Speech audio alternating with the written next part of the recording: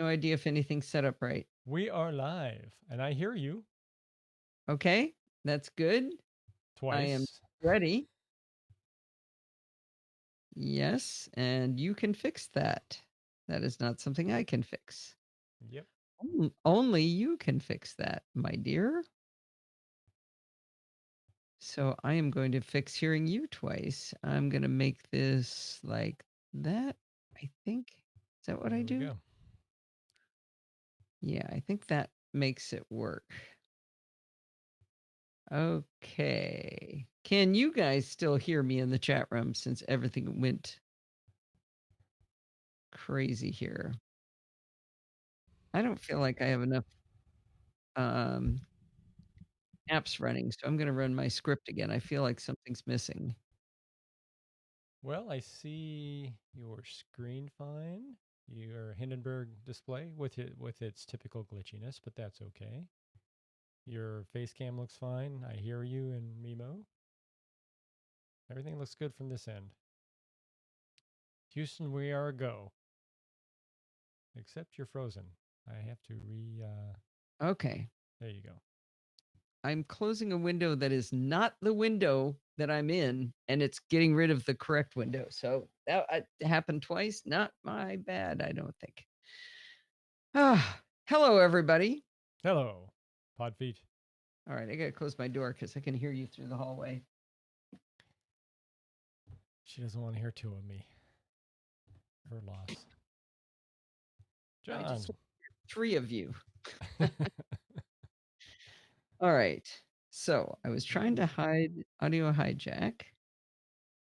And I was trying to bring this up. I don't have my a lot of settings quite right just yet. So Okay. Well, can I you see adjust your Hindenburg? settings. We can wait. Can you see Hindenburg? I can. It looks, let me make sure Okay. it's getting the clock. Oh, Hindenburg is scaled Hang funny on. enough. There.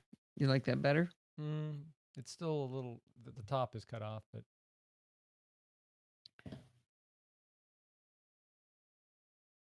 So we may need to fuss with this a little bit. It's important that I be able to see Hindenburg correctly more than you actually. It's not I clear know what the you. trade-off I know is you here. think.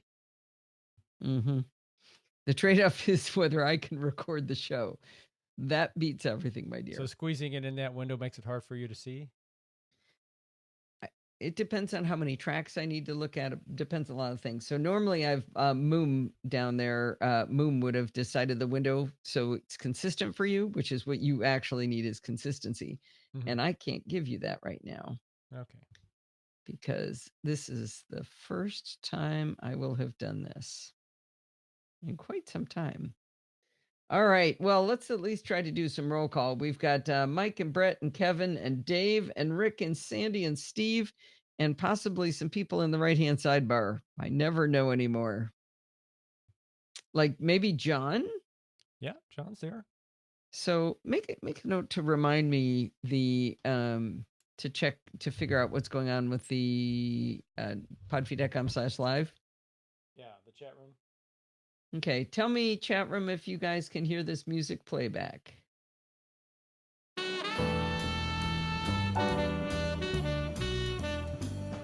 All right. Wow. That's You guys good. can hear it instantly. All right. I think it's time we get going because I've lost 4 minutes and I have a lot to say tonight. Sounds good. Here we go. Ah. Why is that all weird? That shouldn't look like that. That's better.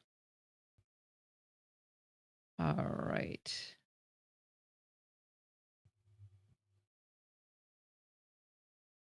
Muting Steve. Hi, this is Allison Sheridan of the NosillaCast podcast, hosted at podfeet.com, a technology geek podcast with an ever so slight Apple bias. Today is Sunday, September 15th, 2019, and this is show number 749. I have a ton of great stuff for you this week. I hope you'll. Okay. So when you look at the audio recording and you see an orange block and no up and down lines, that means Allison hasn't set the input correctly yet. That is not right. So that means nothing is being recorded. You can talk, Steve. All right. You're trying to record me? No, I'm just saying. So I've got the audio input to Hindenburg set to Al's mic, and the output from Audio Hijack is Al's mic. And Loopback is showing that I am creating Al's mic, and Al's mic should be an input. And there it is. Pastor source, why is that to 5%? I wonder if that's what it was. That doesn't look right. And let me try this again. Hi, this is Allison Sheridan. Yeah, that's weird. It somehow got set down to 0 or down to 6%. That's very weird. All right, muting Steve. Hi, this is Allison Sheridan of the NosillaCast podcast, hosted at podfeet.com, a technology geek podcast with an ever so slight Apple bias. Today is Sunday, September 15th, 2019, and this is show number 749. Well, I have lots of amazing adventures to tell you about this week. I hope you stay to the end because there's some big stuff at the end. Doug Ingram joins us this week to talk about what he calls nightscape photography on Chit Chat Across the Pond. Nightscape photography is a combination of astrophotography, photographing the stars, and photography of the surrounding landscape. His photographs of the Milky Way with the landscape are absolutely breathtaking. I follow him on Instagram, and that's kind of how we reconnected. But in this podcast episode, Doug explains the gear that he uses, the settings on his camera, and the surprisingly little that he does to edit his photos after the shoot. He also talks about how far he's willing to drive in a single night to capture these amazing shots. You can find this episode in the Chit Chat Across the Pond or Chit Chat Across the Pond light feed in your podcatcher of choice, or you can listen right at podfeed.com. I'll say that again, podfeed.com, episode number 608. I'm going to stop and I'm going to put a chapter mark in here, even though there's no like blog post or anything. Good. We're going to just call this What Went Wrong Recording CCATP. Come on, here we go.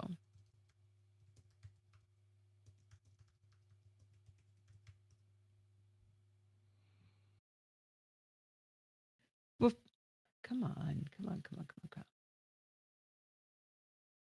Before you listen to this episode, though, of Chit Chat Across the Pond, I want to explain something about the recording. I was in San Diego at Lindsay's house using my fancy new setup for remote recording. I had my Zoom H4n Pro with my fancy new SM58 microphone that I told you about recently. I bought this gear so I could have really good audio while on the road. But what you're going to hear from me in this recording isn't good at all. Let's walk through what I did right, and at the end, I'll tell you what I missed. You see, the Zoom can be used as a mobile recorder using an SD card to store the recording, but this only works if the other person is actually in the room with you. So it's great for like going to CES and doing a mobile recording. But for recording someone in a different location, I use the Zoom as a USB interface for the SM58 microphone that has an XLR connector. I plug the SM58 into the Zoom on XLR connector 1 of 2. I then plugged the Zoom into my Mac using a mini USB to USB-A cable and then a USB-A to USB-C adapter into my Mac. Now, as soon as you plug the Zoom into a powered USB port, like the one on my Mac, the Zoom powers up. The Zoom then shows on screen a cryptic little menu that you need to scroll through to tell it to connect as a USB interface. I remembered to do that properly as well. Once I performed that connect dance, I was able to see the Zoom as a microphone in multiple places on my Mac. I could see it in sound preferences, I could see it in Loopback where I route my audio, and in Audio Hijack where I actually do the recording. I was able to choose the Zoom as an input. That let me know that the Zoom was connected properly. I also correctly set the Zoom as the audio input device in Audio Hijack. So I did actually choose it. Now, another step I have to remember is to open Audio MIDI Setup and tell it to set the Zoom to record at 44.1 kilohertz instead of the 48 kilohertz to which it defaults for some annoying reason. Now, if I'd forgotten that step, you would have heard me sound like a high-pitched chipmunk. I did not forget this step, and I said it correctly as well. Now, I'm a very firm believer in two more steps for every person who makes recording of any steps. Always do these two things. I monitor my own voice as I'm talking so I can hear if I'm peaking. I can hear if I'm squeaking in my chair. I can hear if playing with a pen top is coming through the recording. If the garage door is opening and just got recorded into the recording, or I can hear if the dog jingling her collar has been recorded. I know when those things are happening, I can make a note of the timestamp and go cut that little piece out, or make sure I stop playing with my pen or stop squeaking in my chair. The second thing I do is I always, always, always make a test recording and make sure to listen to it before proceeding with the recording to make sure everything is set properly. Well, when I was talking to Doug, I did monitor my voice and I did check my recording. And guess what? It sounded awful. It sounded like I was coming from my internal microphone. So I went through every single step again. I checked the physical connection. I checked loopback. I checked audio hijack. I checked my input and system preferences. I checked and rechecked, and I could not find anything wrong. I could not find the root cause for how somehow it seemed to be grabbing my internal mic. I even asked Doug if he thought it sounded like I was coming through my good microphone. Now, that's not really a good test since Doug was listening through a compressed internet streaming service and he's never heard my voice coming through either microphone on this kind of path. Now, Bart's heard me enough times, he'd be able to tell the difference, and he's often let me know if I've got it set wrong. But a first time interviewee has no frame of reference, and he said, I don't know, sounds good to me. So I spent about 10 minutes doing all of these checks and rechecks, and I decided I must just be judging it harshly because I was listening with my small earbuds instead of my over the ear headphones that I normally use at home. So there's one more fun part of this problem. It was 97 degrees Fahrenheit outside. That's 36 C for you centigrade folks. So the air conditioning was blasting away at Lindsay's house. Even if I could have convinced the rest of the household to roast on my behalf, I couldn't have stood to have it turned off. So while recording, I could tell that the AC sound was coming through on the line because I was monitoring it. Now, I use an audio unit dynamics processor in Audio Hijack, which allows me to remove background noise when I'm not actually speaking. There's nothing to be done to get rid of the air conditioning while I'm actually talking, but at least when Doug was talking, it would sound good. I rode that dynamics processor constantly, but I was still sad that the AC would be awful when I was talking. Well, after recording, I listened, and again, I was convinced that my mic had come through my internal microphone, but I couldn't for the life of me figure out how that could be. I had checked the inputs over and over and over again, and I was positive that I had set it to the Zoom H4n Pro because it said I did. Now, I do want to tell you that I took the audio from my recording and I ran it through Audacity, and I did remove the noise, and it's not as bad as it was when I first recorded it. So be glad it's only as awful as it actually is. So here I am that night, just really sad, and I mostly sad because I couldn't figure it out. I mean, I knew the recording was going to come out like this, but I couldn't figure out why. Now, I slept on it, and in the morning, this morning, I figured out what I did wrong. I forgot one hardware setting.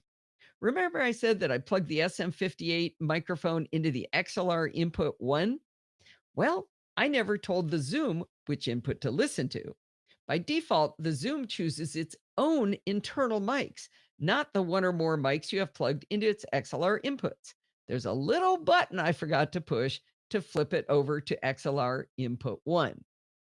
Well, that explains why all of the software settings were happily reporting that I was using the Zoom as the input, because I was. I just hadn't told the Zoom the right microphone to use. Now, I bet a lot of you guys are out there wondering, why don't you just go back to using the ATR 2100 USB mic that you used to use? That was simple. You plugged it in and you picked it. That's all you had to do. Well, I have two reasons for that, or a few reasons, and perhaps they wouldn't be enough to make you go through this much trouble, but they're enough for me. I am always trying to find ways to up my game in podcasting, especially getting my audio as good as possible. Of course, it backfired for me on this particular recording, but I learned a lot in figuring this out. And I am going to document this so I have a little checklist in case it happens again. And you know what else? Learning tech is what the podcasts are all about at the Podfeet podcast, right? I think learning new things, learning new things part of it probably outweighs every other motivation when I'm creating the shows. So when you listen to this episode, just sit there thinking, boy, I bet she's mad at how bad this sounds. But the good news is, Doug sounds fantastic. Now I want to hear There that. we go. What's that? Now I got to hear that. Yeah, it's nasty. It's nasty, I tell you. Chapter mark? I should do a chapter mark. And a nice save, maybe, for Kevin. Let's see. Let's see if I can do this. Okay, I'm going to want to watch it? Yeah. Actually, no, you can't. Let's see. You can watch that. We're watching. Okay. And no. I think I'm supposed to copy the link first and copy it second. And now let's see if I can do it. Okay, ready? All right, click on it till it turns blue. Hold down all the keys. All the keys? Yeah. Shift, Everyone Control, Option, keyboard? Command, D. Boom! It worked. It did it. Fantastic. Woo-hoo! You know, have you explained yet why things seem to be working so well on your machine? Nope. I bet that's why you have to stay to the end of the show. Okay. Okay, we're going to read something that I wrote a couple of weeks ago. Oh, Steve, would you do me a favor? What's that? Would you go into the closet and you know the big brown drawers? Yeah. In the top drawer is that Night Eyes bag that I just did the review of. I want to show it to the audience while. All right. Actually, wait a minute. Can they see me on podfeed.com/live? Yeah. Is the video working? Yeah, it's just the chat. Just the chat isn't working. Yeah. Okay, gotcha. I will be back. All right, go ahead and break in and hand it to me while I'm recording. All right, we're going to start here.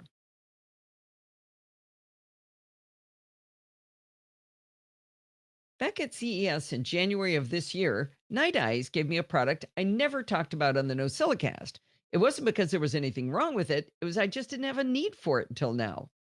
You may recall hearing me talk about Night Eyes a lot of times before. They make the amazing gear ties. These little rubber-coated metal twist ties are simply the best cable management method I've ever found. I give them away as presents to people because they're so fantastic. I also told you that I wear the Night Eyes taglets to light myself up when I walk Tesla at night. And I use the Night Eyes Radiant 300 rechargeable lantern when I'm hunting under my desk, trying to figure out which cable is which. But at CES, they gave me 2 supposedly watertight containers to test out. Now, here's the problem. We don't have much water around here other than the ocean. We don't have lakes or rivers, and it's pretty much stopped raining about 10 years ago in California. On one of my many vacations this year, we went back to Michigan to visit my relatives, and one of my goals was to go down a river in a kayak with my cousin Dory. We made that dream come true. Dory and her husband Mike took us down the Thornapple River, and it was just as spectacular as I'd hoped. The Thornapple River flows at a nice little pace, and we simply floated for about 4.5 hours. I think I might have burned an entire calorie that day. Now, if you haven't been in a kayak, you may not realize that you sort of like sit in the water when you're in them. Everything in the kayak gets wet, even on a calm river like the Thornapple. I figured this was a great chance to test out the runoff waterproof containers that Night Eyes had sent me or given me at CES. The first one is technically a waterproof toiletry bag. Think like shaving kit. And the second one is called the waterproof wallet. Both of these containers have a patented, how do you say that right? Patented closing technology that Night Eyes calls TrueZip. TrueZip is a toothless zipper made of molded rubber. Now that sounds boring, and you're probably thinking that you've seen that on a Ziploc bag for your sandwiches, but there's a wee bit more to it than that. This zipper is super strong and thick, and the magic appears to be in what they call the over-molded garage. Now, I don't know about that wording because mold in the garage doesn't sound like a good thing, but this is actually a locking end stop where you can really feel the zipper pull get anchored to fully seal this container. For this adventure, I figured I'd pack everything I cared about in the toiletry bag because it could hold my phone and my wallet. But having fallen for waterproof before, I ran a test before we left on the trip. I opened the bag and I put a tissue inside, figuring a tissue would tell me very quickly whether it got wet. I zipped it shut all the way to the end stop. By the way, you do have to really pull hard to get it to go into that end stop, so there's no doubt when you've done it right and when you haven't yet pulled it fully closed. Well, I put the bag in a sink full of water and it floated because it had a lot of air trapped in it. That was a good sign, and that's a benefit right there. I shoved it underwater. I wrenched it around. I made sure the zipper was bent at all kinds of angles and fully submerged. When I pulled it out and opened the zipper, the tissue was dry as a bone. On the kayak, the runoff waterproof bag worked like a champ. With strong built in attachment points, I was able to use a carabiner to hook the bag to the kayak. And while it flopped around with me paddling and got drenched, everything in the bag was completely dry when we got back. Now, while my tests were clearly scientific, Night Eyes also says that their runoff cases are waterproof to IP67 standards, which is 1 meter deep for half an hour. They also explain that waterproof also means dust and sand proof. So I guess I should be able to take it to the beach down at the ocean here. Now, the runoff toiletry bag is not cheap. It's $40 and it's pretty big for the job. And the wallet is actually really small at $25. I think the sweet spot might be the runoff waterproof pocket for $30, which is is 6.5 by 5.2 inches. Now, that price might sound high, but if you think about the valuables you can protect from the elements, knowing they would be secure in a runoff waterproof case from Night Eyes could just be worth it. All right. I'll do the zipper for you. Can you see this? So it's... Let me blow you up there. There we go. Okay. Don't say that when I'm recording with Hindenburg. Okay, now let me see if I can pull it up. So when I pull it up, how do you pull it up and not cover it with my hand? Okay, I'm going to pull it up, pull it up, pull it up. And now you get up to this end stop and it's like... Not in. No, it's not in yet. Boy. No, not yet. You can tell when it's in. There. Now it's totally in the moldy garage. So at least it's moldy garage? Yeah. You didn't listen to the review, did you, dear? That's nice. I was off getting the bag. I've got an attachment point. No, it was halfway through it. And I've got another attachment point there. Anyway, I don't know why I need a shaving kit that's that big, but it worked for me. Nobody's talking, looking at what I'm doing, are they? I'm sure they are, out of the corner of their eye. They're talking about an icon for the screen for various map apps. We're talking about also the weather and how we don't have many streams and rivers and lakes. Okay. And how it's a little dry, a little low in various parts of the country. All right. Copy link. Copy. Chapter mark. Click. Push down all the keys. Wait for it. Wait for it. Boom. Boy, do I like that. Oh, we get a little peek into what's coming up. Oh, you do? How? Well, I see dumb question corner, security bits. I even see the link for it. I can go get it. You see this? Woo. Started blinking, didn't it? Yeah, it's been blinking off and on all night. All right. It's a blinker. I need to send him that. I keep recording it and then never sending it to him, and then I record it again because I'm too lazy to find it. So this is a good one.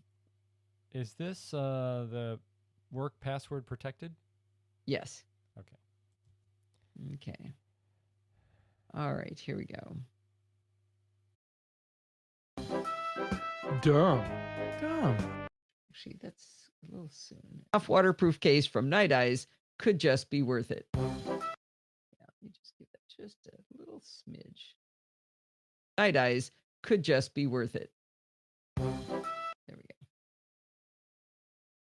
All right. Muting. Oh, Steve muted himself. Dumb questions. How do I? What is? How come I always have to? It's time for Dumb Question Corner. Well, Gordon sent in a terrific dumb question for us, and he sent it in a really long time ago. And I apologize for taking so long to answer him, but I wanted to do a good job of it, and I am finally ready to answer his question. Let's hear Gordon ask his great dumb question. I love this guy's audio. It was fantastic. I took forever. This is like 2 months ago he sent it in. All right, where is he? Oh, come on. No. Come on, where's Gordon? Don't tell me I left it in last week's show. No, this is going to take a little while for me to go find it. Oh, man. What do you mean by left it in last week's show? So I do it last week?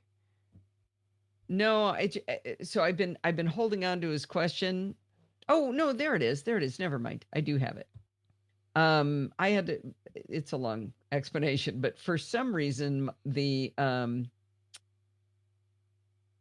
my podcast episodes got moved over to the Drobo in Oh. all this shenanigans. And so I had to go get them back. Okay, here we go. And ask his great dumb question. Hi, Allison.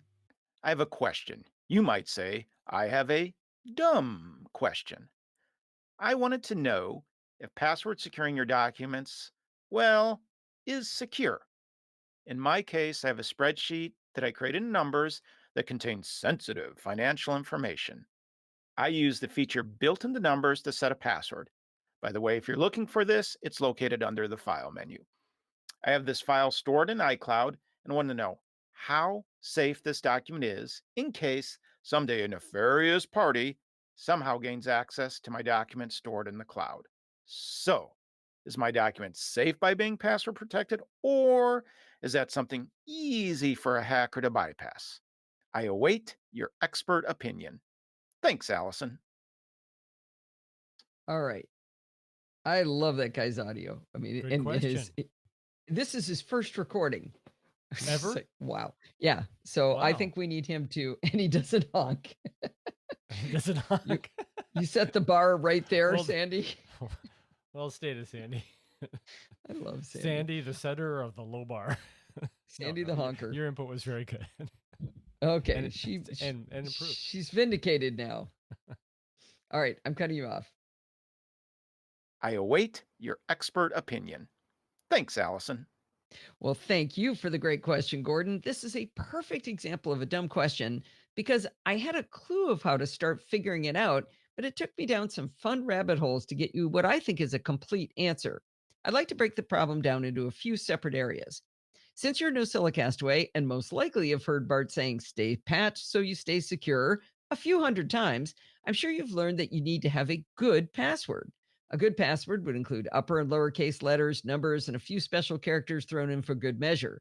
It should be long, say at least 16 characters long. Personally, I always go to the awesome tool that Bart built for us over at xkpasswd.net to generate my passwords. Using his tool, you can get long passwords, you get them complex, and they're memorable and easy to type. Then, of course, I immediately put that awesome password into my password manager. By the way, if you get value out of using xkpasswd, Bart has a big yellow donate button on that page. You could go ahead and press it. All right, now that we have a strong password, which is basically the beginning step, right? You got to start there. We have to look at how the file is encrypted to know if it's secure. Security experts agree that if you don't know how something is encrypted, you don't really know how secure your data actually is. For example, my favorite messaging tool, Telegram, uses a proprietary encryption algorithm called MT-Proto. This was developed based on 256-bit AES encryption with Diffie-Hellman key exchange. That's all good stuff, but their server-side code is closed source. Since security experts can't actually see how it's being done, they can't really give it a seal of approval. Another secure messaging service called Signal uses AES 256-bit encryption with Diffie-Hellman as well, but they publish both the client and server code under an open source license. Signal is considered the gold standard of secure messaging as a result. So now in our example, we would like to know how Apple encrypts our files if we use their handy dandy password protection field inside our iWork documents. In the Apple support article on the topic, they don't say what encryption they use, but they do say, quote, "There's no way to recover your password if you forget it. Be sure to choose a password you won't forget or write it down in a safe place," unquote. Now, that suggests that they don't have the keys to unlock it, which is a good thing, but it still is not as much detail as we want. I did some hunting on our collective behalf, and I found one interesting little tidbit about encryption in iWork. Back in 2017, a vulnerability was discovered by Philip Eckel of ThoughtWorks in the way iWork was exporting password-protected PDFs. That's explained in detail in CVE 2017-2391, but explained simply in a security report over at apple.com. They said, quote, iWork used weak 40-bit RC4 encryption for password-protected PDF exports. This issue was addressed by changing iWork export to use AES 128, unquote. I pointed this article because in all of my searching, I was unable to find any reference on any official Apple page that explained what encryption algorithm they were using to password protect iWork documents. However, I can't imagine that they would have fixed this vulnerability in PDF export of iWork documents and not thought, hey, should we check what encryption we're using when people password protect their files? I think it's a good bet that they use at least AES 128-bit. Now, I did find a 2012 article from CNET about a brute force attack on iWork password protected files. And in this article from 7 years ago, it does say that Apple uses 128-bit AES encryption. But since it's not an official Apple document, I didn't want to rely on it. Now, anyway, we're talking about 128-bit encryption is what they use on they had changed iWork PDF export to.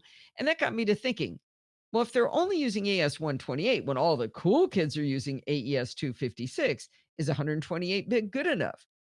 I found an awesome blog post by AgileBits, makers of 1Password, back from May of 2013, written by Jeffrey Goldberg. And in that, he addresses this topic of AES 128 versus 256. The title of the article is, Guess Why We're Moving to 256-bit AES Keys? I'd like to read a couple of quotes from the article. He said, 1Password is moving to AES 256-bit AES keys instead of 128-bit keys. Why do you think we're making this move? If your answer is because AES 256 is stronger than AES 128, you would be wrong. There is a technical sense in which AES 256 is enormously stronger than AES 128, but in every sense that actually matters for security, there is no difference.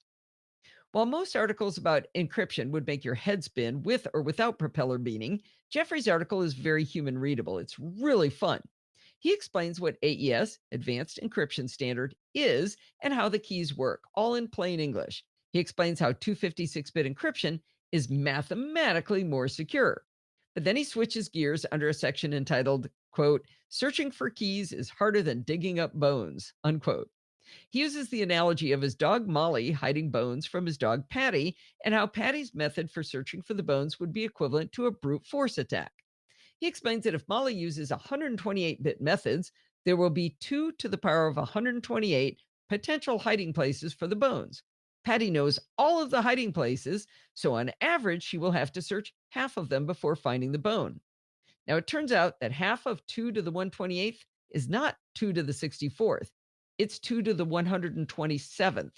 So half of 2 to the 128th is 2 to the 127th. And that's a lot of hiding places.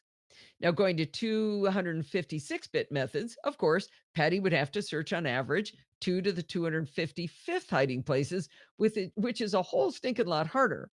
But if you think about it, 2 to the 127th is already an insurmountable number of places to search, and not just for a dog. Jeffrey does the math on how long it would take to brute force 2 to the 127th hiding places. With today's supercomputers, he says it's 10 quadrillion years. Now, if that's a number that's a wee bit difficult to get your brain around, Jeffrey even puts that in perspective for us. He explains that the universe is about 15 billion years old. So checking 2 to the 127th hiding places would take more than 600,000 times the age of the universe with a supercomputer. Now, I think this says categorically that even if Apple is only using AES 128, they're probably using AES 256 by now, that's still going to be secure enough even for your very super secret financial documents. The fact that Apple says they can't help you unlock the documents if you lose your password is also encouraging. Now, I would be remiss if I didn't mention that you can take control of this and leave no questions left unanswered about the security of your documents. I'm sure you've all heard of the tool Disk Utility, which lives inside applications utilities. One of its hidden treasures is the ability to create disk images. And more specifically, you can create encrypted disk images. If you create your own disk image, you can encrypt it with the level you want and then store the image in iCloud or any other service. Open Disk Utility and in the File menu, choose New Image, Blank Image. In the bottom right of the window that pops up, you can name the disk image, set its size, and how it's formatted. But most importantly, you can choose between no encryption, AES 128, or 256-bit encryption. Now, before reading the Agile Bits blog post by Jeffrey, I would definitely have chosen 256. But after what I learned about Molly and Patty searching for bones, I wouldn't be worried about choosing 128-bit encryption. Once you've named and created your encrypted disk image, you can put it anywhere you want, including into cloud storage. Now, when you want to open up your super secret document, you simply double click on that disk image, enter the passwords, and the disk will mount on your desktop. Work away with all of your documents, save, and then eject the mounted disk to keep your data safe from local prying eyes as well as online hackers. With Disk Utility's encrypted disk images, you can have all of your documents secured with a single password, and you know for sure that it's encrypted and you know how it's encrypted. So the bottom line is, I guess I could have done the research and answered Gordon's question of how safe his document was by saying, pretty dang safe. But you know what? What kind of fun would that have been? All right, Sandy, I think I found another typo. I ended a sentence with then store the image in iCloud or any other. I'm going to refresh and make sure I have the latest version of that one. Sometimes I don't refresh after Sandy does her spell check for me or her grammar check for me. Which paragraph is this? It said, I just closed it. I have to open it up again. It said in iCloud or any other. Yeah, did you catch that one, Sandy, already? Why is it taking so long to refresh? How's your processor doing? Let's take a look. Why, it's fine, Steve. Okay. Oh, could that be maybe a teaser? Okay, hang on. There we go. Okay, send that one to blog. And I'm going to switch to this one. All righty. Did you do I think we chapter should mark? do it. I There think you we go. should do a pledge break first. Pledge break, then chapter mark. You could do a Yes. chapter mark for your pledge break. No. That makes it easier to skip. Ah. All right, muting Steve. At the end of every Chit Chat Across the Pond, I ask the audience whether they've noticed that the shows don't have any ads in them. But I haven't pointed that out to you lately. You know what? There's no ads because the Podfeed podcasts are supported by you, the listeners. If you find value in the content you get here, please consider one of the following options to just give back a little. You can become a patron by going to podfeed.com/Patreon and donating a little bit each week to help the show. You can go to podfeed.com/PayPal and give a one-time donation if you'd rather do that. If you don't have any extra cash lying around, and I understand that, consider using the Amazon affiliate links when you shop that are included whenever I talk about a product on the show. Anything you buy in that session after you click one of those links will be going towards the NosillaCast and Podfeed podcast coffers. If you have some spare time and you'd like to give a review over on iTunes for the NosillaCast, Chit Chat Across the Pond, Chit Chat Across the Pond Light, or Programming by Stealth, or all of them, that helps more people learn about the shows, and more NosillaCastaways is always more fun. Thank you for all your help in supporting the shows. All right. All right, we've got another one here. Here we go. Now a chapter. Oh, yes. Would you do me a favor, Steve, and make sure that... What did I just finish reviewing? Oh, the dumb question. Make sure it stayed published. Sometimes it ends up going into... Do a refresh here. Yeah, make sure it's... no, it would be its own blog post. It might have disappeared. No, I'm in the dumb question corner blog post. Oh, good. And it's still Is there. it still... Okay. Yep. Okay, good. And now we're going to go here and do a chapter mark and make myself happy. Woohoo! All right. This is a fun little tip here. A tip? Yeah, it's kind of a little tip. Kind of a little tip. Wait. All right. It's not a tiny tip. Muting you. No, it's not a tiny tip. It's a little longer than that. As we prepare for moving to macOS Catalina, we all need to look through our applications to make sure that no mission-critical app is 32-bit, since Catalina will require only 64-bit apps. In our Slack, someone suggested that Apple should have announced that more clearly, but I think giving us a warning every single time we open a 32-bit app for a full year is warning enough. If you want to see what apps you're running are 32-bit, your Mac will tell you that right out of the box. The quickest way to get it is to hold down the Option key and click on the Apple logo in the upper left. Instead of About this Mac, the Option key will reveal System Information. In the left sidebar of System Information, you'll see Hardware, Network, and then Software, all with little chevrons that pop down for more information. Under Software, still in that left sidebar, select Applications. You'll probably want to resize your window a bit and drag the bottom half panel down so you can see the list of apps more clearly. The far right column is entitled 64-bit Intel. If you click on it, it will sort by 64-bit and then click it again until it shows No at the top. Now you'll see each application, the version, when it was last modified, and whether it was from an identified developer, an unknown developer, or from Apple. If you select an application that says Identified Developer in the list, down in the second half of the window, it'll tell you who signed that application. You also get some detail on the certificate authority, which isn't really that helpful for what we're trying to do, and it tells you the location of the file in the Finder. Now, that's pretty good info, but there's a free app called Go64 from St. Clair Software that gives you the same information, but it gives you even more information. By default, Go64 scans your Mac for regular applications and presents it a bit nicer than System Information. You get the application logo, which actually helps to identify apps as you scroll through the list. Also, instead of having to select an app and dig through the signature to find out who made it, the company name is one of the columns in the list. You also get the website for that company right in the main table. You can even see the last time you actually used an app.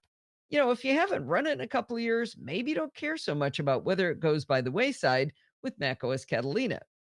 Now, let's say you have a bunch of applications you've been clinging to over the years, like Adobe CS6 and Quicken 2007. You can click the Upgrade Cost button in Go64 next to each one and enter what they're going to charge you to upgrade to the new version. At the top of the window, Go64 will keep a running total for you so you can freak out and see and decide never to upgrade to macOS Catalina. Now, here's an interesting twist to using Go64 to check your apps. It found a little app called Final Cut Pro on my Mac, and while it didn't put no under the 64-bit column, it did put a little yellow warning triangle there. When I clicked on it, at the bottom of the window, it said, App is 64-bit except for Qt Import Helper Tool. I would infer from this message that if we need to import from QuickTime into Final Cut, we might need to update from Apple.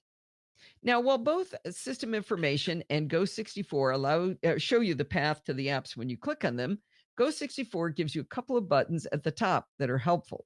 There's also a Reveal and Finder button and a Move to Trash button, both of which are understandably useful.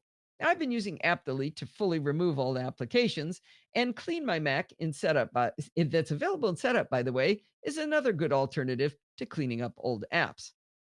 There's also a Launch App button, which can be handy to look for a Check for Updates menu option. You can even click a button to go directly to the website for the app or do a generic web search about the app. Now, for normal apps, your best bet is to go right to the developer. But sometimes what Go64 finds is something curious that needs a little further investigation. For example, on my system, it found something called inkserver.app, and it says it's from Apple Inc. Well, if I go to website, it just takes me to apple.com where I can buy a new Apple Watch Series 5, but that's not important right now. But if I use the web search button, we can learn some more useful information. In Google, you can search a specific website for a specific term. The trick is to put in the search term and also put in site : followed by the website you want to search. Go64 uses this trick with their web search button. So if I click on that button with inkserver.app selected, my default browser opens to Google with a search executed to site : http://apple.com /mac inkserver.app. In this case, the first hit on that search term is macOS Mojave release notes over at developer.apple.com. It explains that 32-bit services, including Ink Server, were included in Mojave for compatibility purposes, but will be deprecated in future versions of macOS. Now, what that tells me is I don't have to worry my pretty little head about it because it will be gone in macOS Catalina. And I saved myself another question. The last of my 32-bit apps is called QuickLookD32.app, and it was listed right beside Ink Server on that same search. That was worth the price of admission, which is free for Go64. If you want to make yourself really crazy, use the pull down in Go64 to change the system scan from the default of looking for all applications to looking for all executables. You'll be shocked how many more Apple executables and even terminal documents you're going to find in there that are not 64-bit. I'm not sure what to do about those, so I'm just going to put my head in the sand and run away from those. St. Clair Software has made this app, Go64, freely available, but they do provide two options for you to show your gratitude. They'll offer you a donate button so you can throw them a few bucks, or you can take a look at their other awesome apps and consider buying one of those. They make Default Folder X, which a lot of people love. I use their Jettison menu bar app all the time to eject external drives before pulling my MacBook off the dock. Since I got value out of Go64, I pulled the trigger and I bought an app called App Tamer, which I'd been noodling buying for a while. I think you'll find Go64 a user-friendly method of helping you understand your exposure to the 32-bit problem and going forward to macOS Catalina. Okay, I'm done. Well, that was but very I'm helpful. Thank you, Podfeet. Was So it very John, helpful? John asked a question, and I think you kind of answered it, but just to make sure we're all clear, what does this do above and beyond System Report? Did you listen to the review Yeah, that I just read? Just summarize it. Is it that it gives you No, pretty it's much the the point same of the data? article, Steve. The whole point of what I wrote and what I just described was all Yeah. the things it does beyond what System So Report does. your summary is it's too hard Listen to the summarize. article or read the article. Okay. I Can't be just done. did like Steve. I did like 600 words on what's better about it. All Why right. do you want me to read it again? No, John was just asking what does it do better? John, go listen to it or read the article. It's the whole point of what I just did. But I if you had described to summarize, what an system we're elevator speech. I guess you don't have. I to do don't that. have to. No, I don't. I can make you just because you guys aren't listening doesn't mean I have to repeat it, okay? Jeez. You're as annoying as ever here. Okay, I need to find why won't Slack launch? I said I was wondering if what your article told me. Yes, the article will tell you. You can read it, you can listen to it. It turns out I do this podcast you can go listen to. Yeah, but you're not going to force us to listen to it, are you? Oh my God, you're killing me. Okay, I need to make a tiny tip on this. Okay, come on. Sort by date. Come on, don't give me this from 2018. Oh, come on.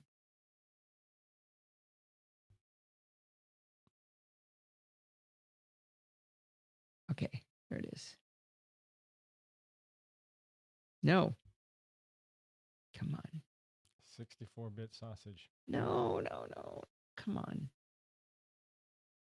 Okay. Slack.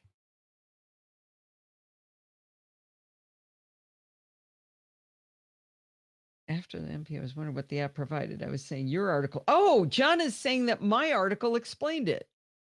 Ah. So, Steve, you're the only one not paying attention. Okay. John paid attention. No, I have to go read you. the article or listen to you. Yeah, Steve doesn't ever listen to this stuff. They sure Okay. know.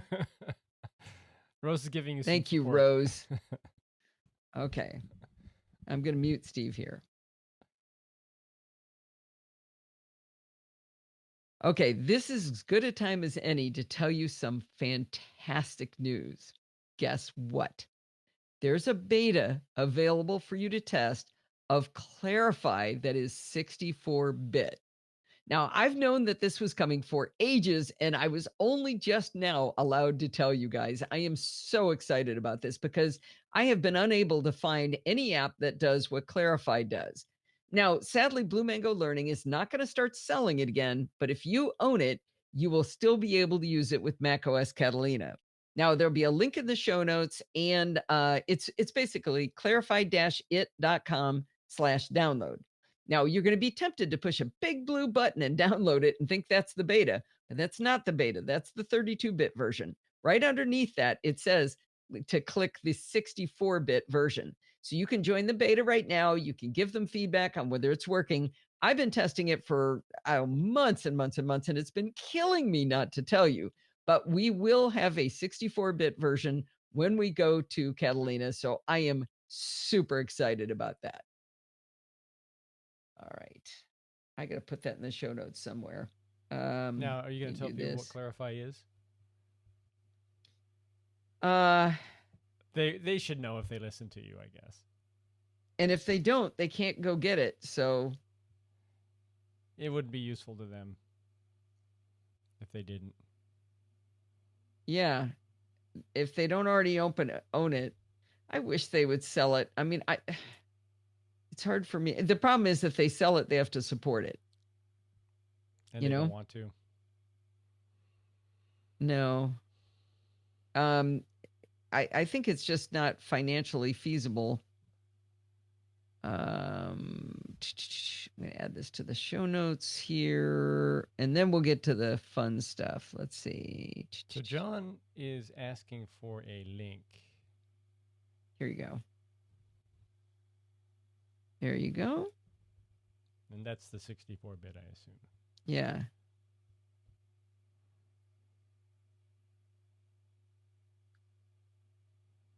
I got to write this because if I don't, I will not.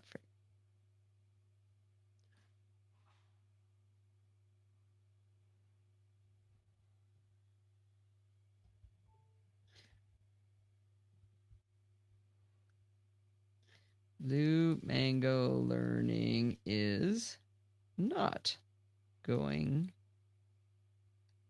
to start selling it again or supporting it, but if you already own it, you can download it here. You sounded like Dory for a moment there.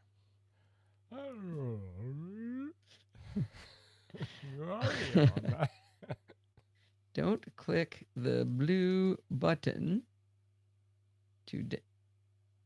button. That's the 32-bit version. Click the link that says 64-bit beta. I better put that. Yeah. We'll see if anybody reads. Oh, I found a really bad typo. And luckily, I am so amazing that I did a screenshot while I was reading.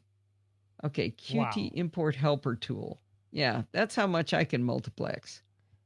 Oh, I already see it in there. What? Except the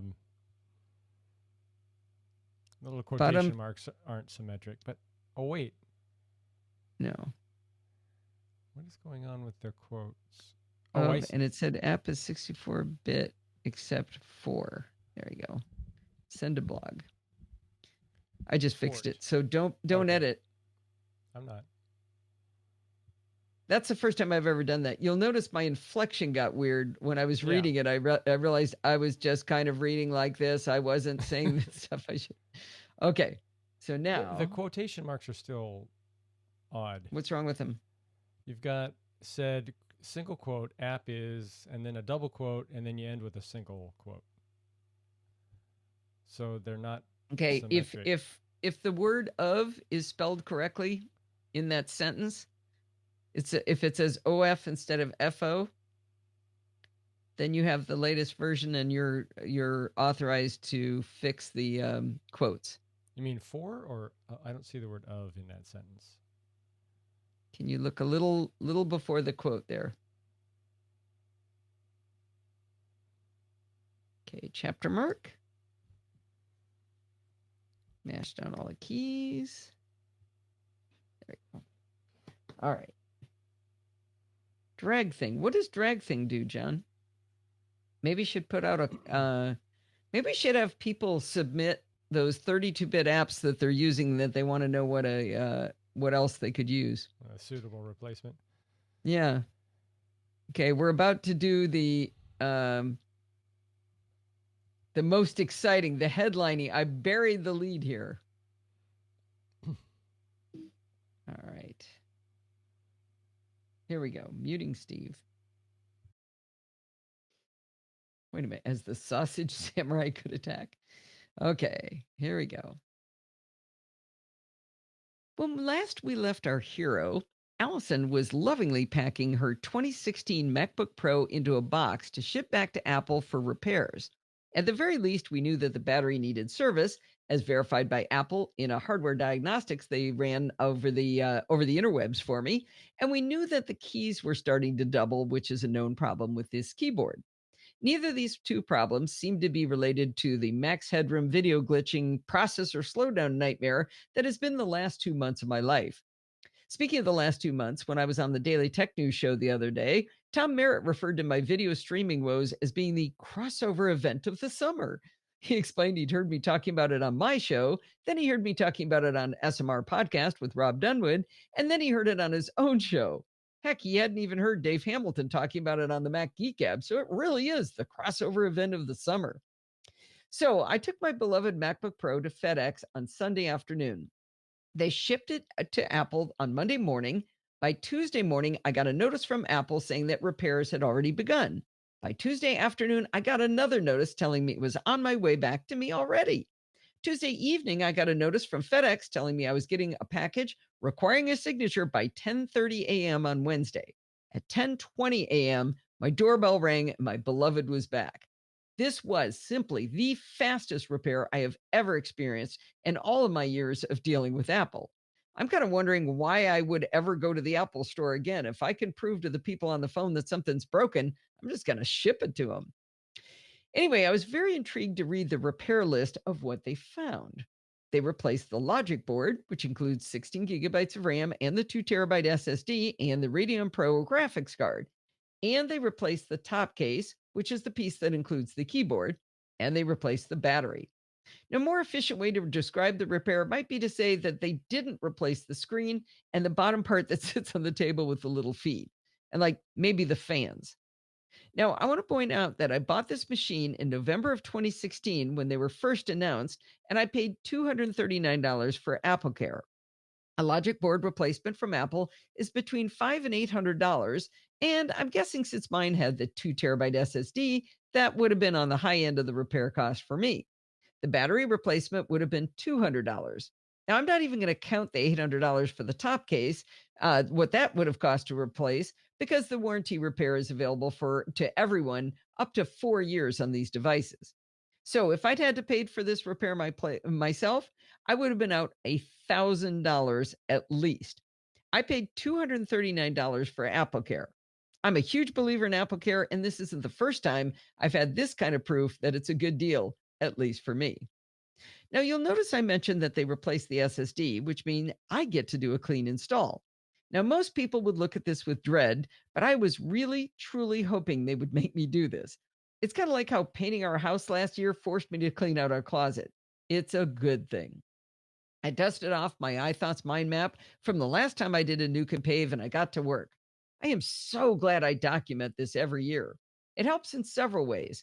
First and foremost, since I organize the apps to install into 3 categories, mission critical, high priority, and low priority, I don't have to make decisions on what to install first. Secondly, I have a parallel set of nodes for tasks, so those are also sorted into mission critical, high priority, and low priority.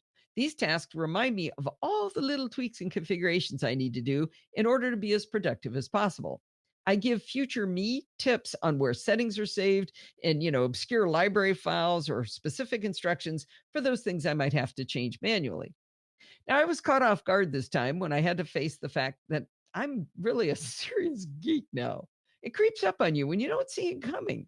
My favorite example of this was when I remembered that I wrote my own MP3 encoder and ID3 tag editor. That was a fun adventure, and I use it every single week to create the artwork and tags for Chish Out Across the Pond and to convert my M4A file into an MP3. In my mind map, it tells me to go grab a script from a backup. Actually, I just lied. It doesn't create the MP3, does it? Does it? I think I better read it as I wrote it because I'm not sure that's true. I might be lying. I convert my M4A file. That was a fun adventure.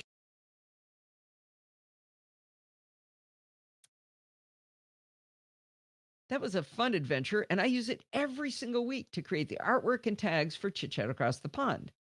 In my mind map, it tells me to grab the script from a backup. And then I tried to remember that it used an open source library called FFmpeg to transcode the. Oh, shoot, it was right the first time. In my mind map, it tells me to go grab a. Okay. Right there. I definitely, it does do that. Look at me go, girl. In my mind map, it tells me to go grab the script from a backup. Then I remembered that it uses an open source library called FFmpeg to transcode the M4A audio file into an MP3. But I can't install FFmpeg from the command line in terminal until I install Homebrew from the command line, right? I'm a nerd and I'm so proud of myself for it and so happy that Bart has been my muse over all these years to get me here. I added one app to my mission critical list, and that's Copy and Paste, which I told you about last week, my new clipboard manager. I'll give you an example of why it's so critical to me now. I use Mars Edit for my blogging tool, and I've created a bunch of slick automations in it, specifically the ones that let me format images in the posts, like the ones with the pretty little captions. I could have bothered the developer, Daniel Jalka, to ask him where the preferences are, and that would have been great fun because I like torturing him. But I found an easier way to transfer all of the crazy code that makes it possible. On my 2013 MacBook Pro, I simply copied each field one after another with Command C and Tab over and over again. Since I coughed up the grand total of $5 for iCloud syncing of copy and paste on the 2016 MacBook Pro, I was able to open up the same fields in Mars Edit and use copy and paste to paste each item in. Boom, boom, boom. It was sweet. By the way, I also found out that in a lot of cases, Apple's built-in continuity helped me copy from one Mac and simply paste into the other Mac. Another surprise in going through this so far is that other than pulling library configuration files, I've been working for almost, 4 or 5 days without actually moving any data from my backup drive. That's kind of interesting, right? About a year ago, I decided to finally turn on iCloud syncing of my desktop and documents, so that's turned out to be super useful. I've got most of the important stuff for my podcast in my documents folder, so it's been pretty seamless. I installed Dropbox, which I use to move some kinds of config files between computers, and also as my synced iThoughts files. I use Google Drive for sharing files with Steve, like all of our vacation documentation, so that's been synced right over. And of course, I use iCloud Photo Library for my photos, which means that yet again, I'm now downloading 77,000 photos from iCloud. Thank goodness I have good bandwidth. Now, I'm actually wondering, what do I have on that backup drive anyway, since I've been working away without needing any data from it?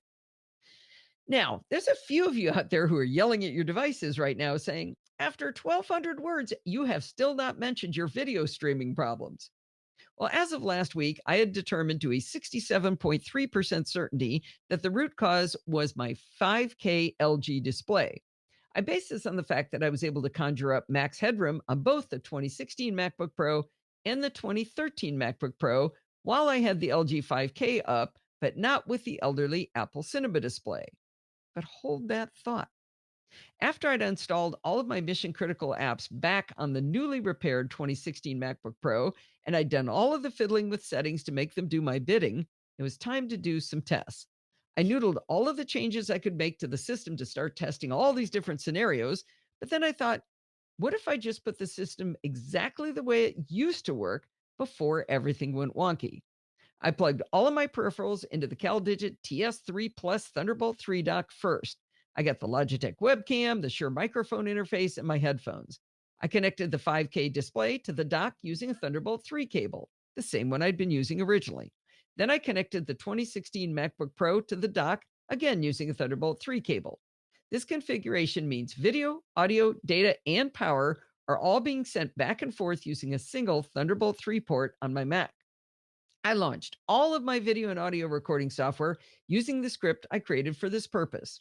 That's Hindenburg for recording the podcast, Audio Hijack to capture and sweeten my voice, Loopback to route my voice, and Hindenburg into virtual audio sources for the live stream. I got webcam settings to manage my webcam, Chrome to open to a Mimo call URL to send my video and audio to Steve, and finally NDI scan converter to capture my Hindenburg window to send to Steve's Mimo live session. And that's everything. This is the exact configuration that began going belly up a month or month and a half ago, where my video would start to get out of sync with my voice and eventually become very jerky.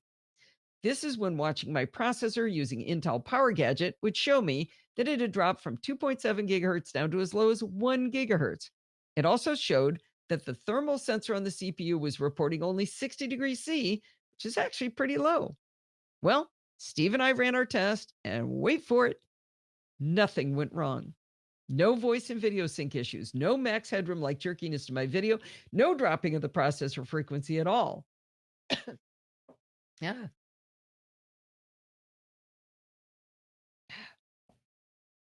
I'm going to sneeze. Nope. Maybe? Okay. Where did it say it all? No dropping of the processor frequency at all. Okay.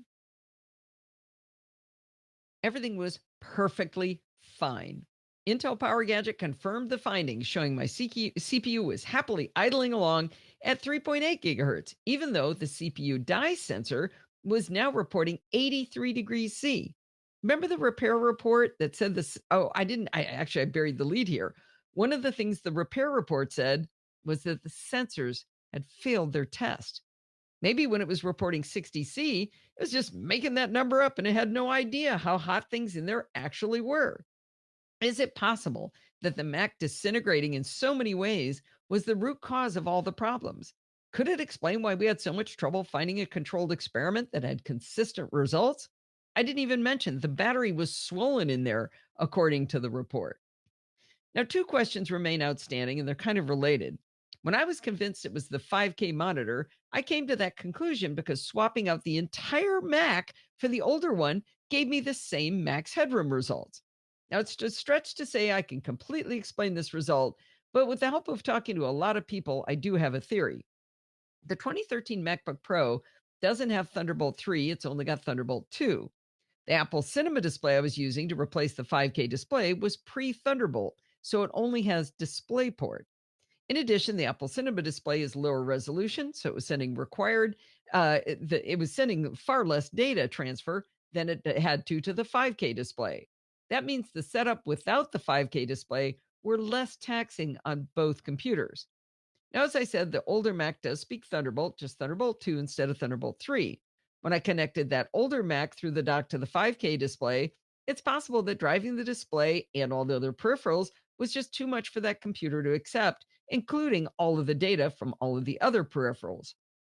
I'd love to have a more specific answer to the older Mac having problems, but I'm now up to 83.4% certain that the root cause of my video streaming woes was that my 2016 MacBook Pro was disintegrating. You're hearing me record this right now. People are watching live. I am using the 2016 MacBook Pro, and let's see, my processor is sitting at 2.33 gigahertz right now. We got a temperature of balmy 71 C. So it's all working right now. I got to tell you, I truly, dearly hope that there will not be a follow-up to this story. Woohoo! What do you guys think, huh? Isn't that exciting? It's nice your computer is working. Oh, Makes our lives a lot easier. it explains why we couldn't get a controlled experiment. Yeah. That's what was so frustrating, that we would sit there trying to figure it out and couldn't get it. So happy. And I'm so happy about AppleCare. Yeah, they came through. It's amazing how many things they repaired. Yeah. Did you put a screenshot of the failure of the report? That'd be a good one for them to see. Let me do that. All right, I'm going to bring us home here. Muting Steve.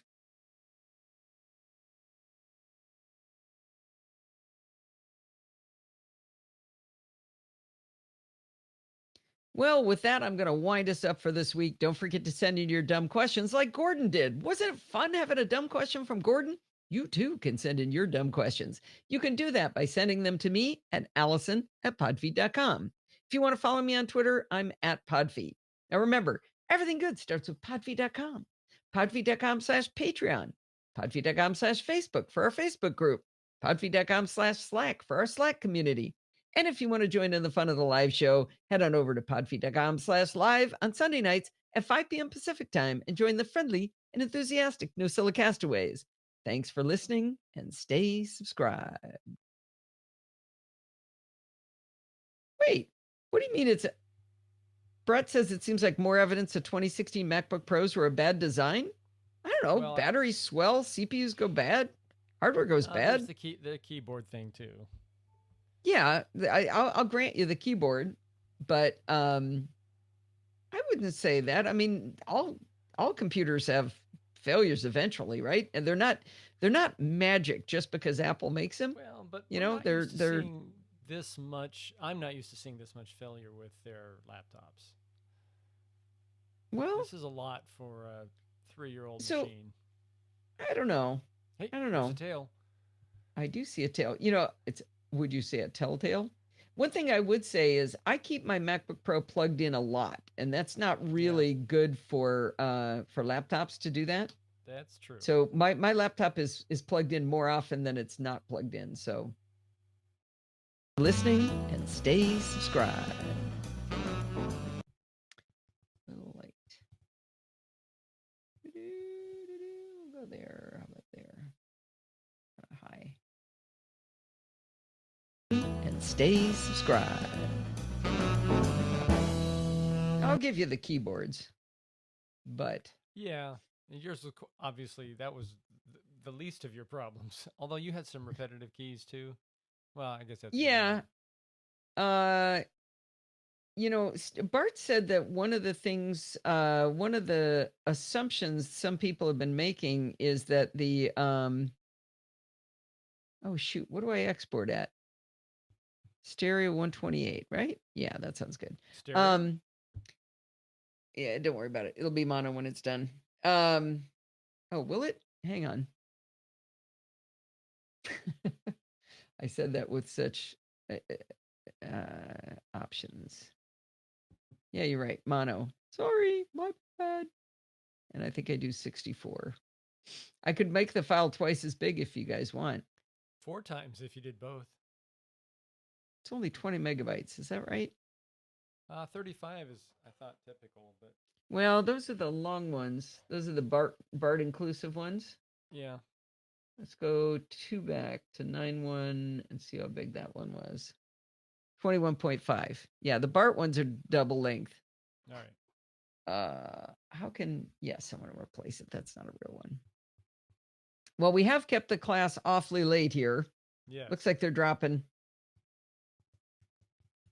So we should probably let you guys go. It was fun having you guys here, even though Steve didn't pay attention. Thank you, John, for paying attention.